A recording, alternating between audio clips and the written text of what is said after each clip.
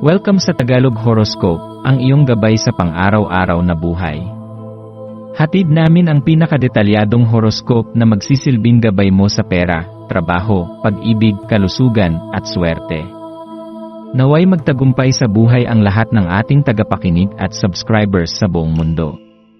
Maraming salamat sa pag-subscribe at tanggapin ang siksik, liglig, at umaapaw na biyayang hatid ng Tagalog Horoscope. Ito ang iyong pang-araw-araw na horoscope para sa Taurus para sa Marso 6, 2025. Habang sinisimulan mo ang araw na ito, hayaan mong balutin ka ng banayad at mapayapang enerhiya na tila isang mainit na kumot na nagbibigay ng aliw at kapanatagan. Sa iyong likas na katangian bilang isang taong puno ng pagmamahal, tiyaga, at katatagan, madalas kang maging sandigan ng iba. Ang iyong presensya ay parang isang mahinahong himig na nagpapagaan sa loob ng sinumang makasalamuha mo. Ngayong araw, ang iyong likas na kabaitan at pagiging maunawain ay higit na mapapansin ng iba, kaya gamitin mo ang pagkakataong ito upang ipalaganap ang positibong enerhiya na taglay mo.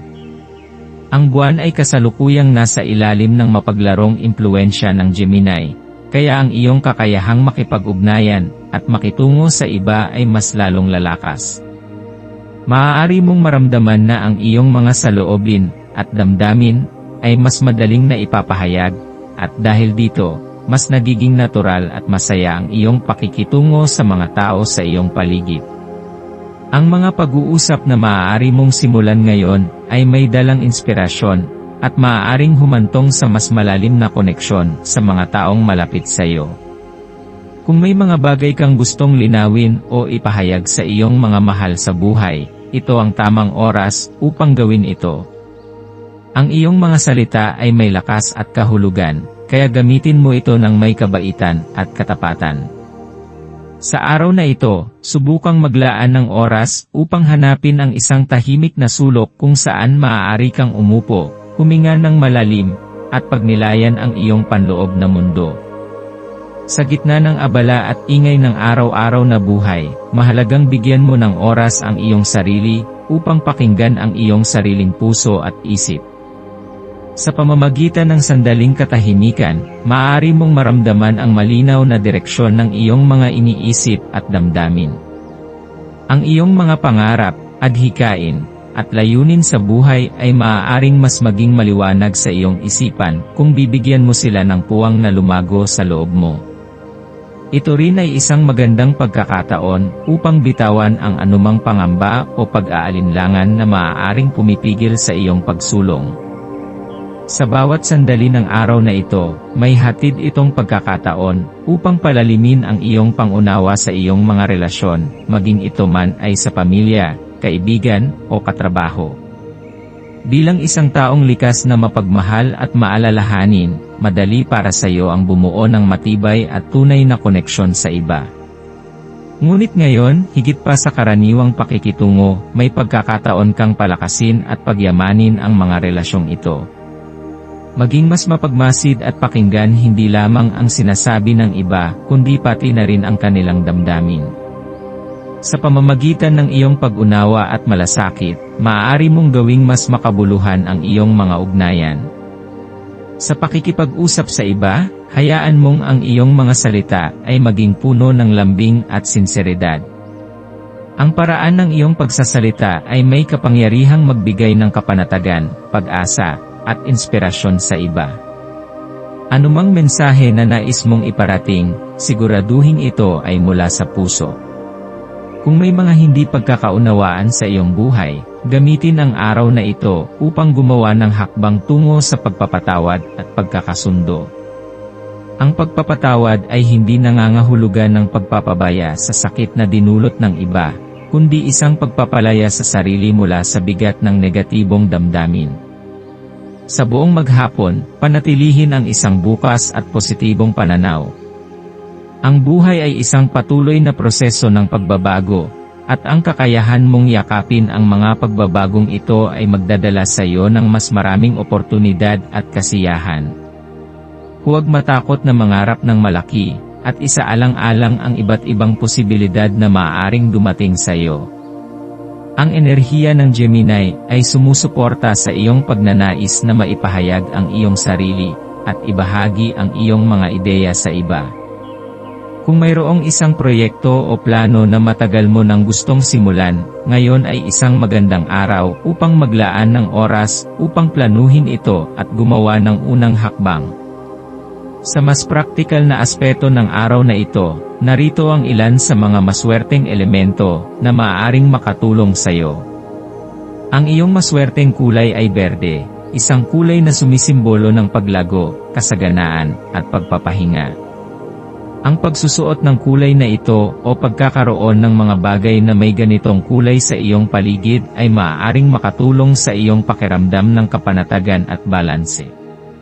Ang iyong maswerteng numero para sa araw na ito ay 3, 9, at 25. Ang mga numerong ito ay maaaring magdala sa iyo ng positibong enerhiya, kaya kung kinakailangan mong pumili ng isang mahalagang desisyon, isaalang-alang ang mga numerong ito bilang gabay. Para sa iyong maswerteng gawain, subukang maglaan ng oras upang magsulat ng iyong mga saloobin at layunin. Ang pagsusulat ay isang mahusay na paraan upang linawin ang iyong isip at ayusin ang iyong mga plano para sa hinaharap. Maaari mo ring isaalang-alang ang paggawa ng isang simpleng ritual ng pasasalamat, kung saan ililista mo ang lahat ng bagay na pinahahalagahan mo sa iyong buhay. Ang pagsasanay na ito ay makakatulong sa iyo upang mapanatili ang isang positibong pananaw at mas mapansin ang kagandahan sa bawat araw. Sa pagtatapos ng araw na ito, balikan mo ang lahat ng nangyari, at tanungin ang iyong sarili. Ano ang natutunan ko ngayon? Paano ako naging mas mabuting tao dahil sa mga karanasang ito? Ang bawat araw ay isang pagkakataon upang matuto at lumago, kaya huwag hayaang lumipas ito nang hindi mo ito sinasariwa. Pasalamatan mo ang iyong sarili para sa mga pagsisikap na ginawa mo, gaano man kaliit o kalaki ang mga ito. Ang bawat hakbang na iyong ginagawa, kahit na tila maliit lamang, ay bahagi ng isang mas malaking paglalakbay patungo sa iyong personal na tagumpay at kasiyahan. Sa kabuuan, ang araw na ito ay isang paalala na ikaw ay may kakayahang lumikha ng positibong pagbabago sa iyong buhay at sa buhay ng iba. Ang iyong kabaitan, katatagan, at determinasyon ay ang mga katangiang magdadala sa iyo sa tagumpay. Huwag matakot na yakapin ang mga pagbabago at gamitin ang araw na ito bilang isang hakbang patungo sa isang mas magandang bukas. Sa bawat pagkakataon, piliin mong maging bukas sa pagkatuto, maging matapang sa harap ng mga hamon, at patuloy na ipahayag ang iyong tunay na sarili.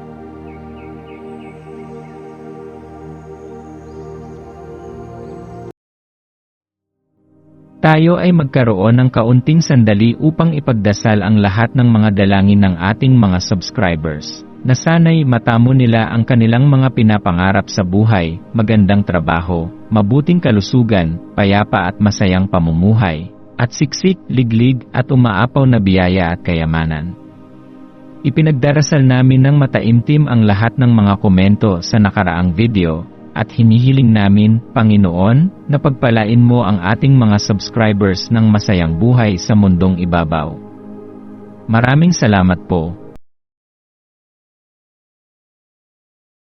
Maaari kayong mag-subscribe sa aming channel na Daily Prayer, kung saan nag-a-upload kami ng pang-araw-araw na Catholic Gospel Readings, Reflections, at Daily Rosary Reading para sa lahat ng misteryo ng araw.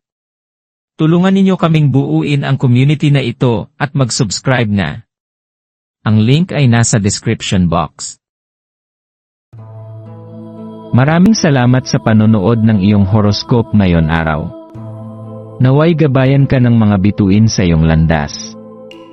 Huwag kalimutang mag-like, share, at subscribe para sa iba pang cosmic na kaalaman. Hanggang sa muli, manatiling konektado sa universo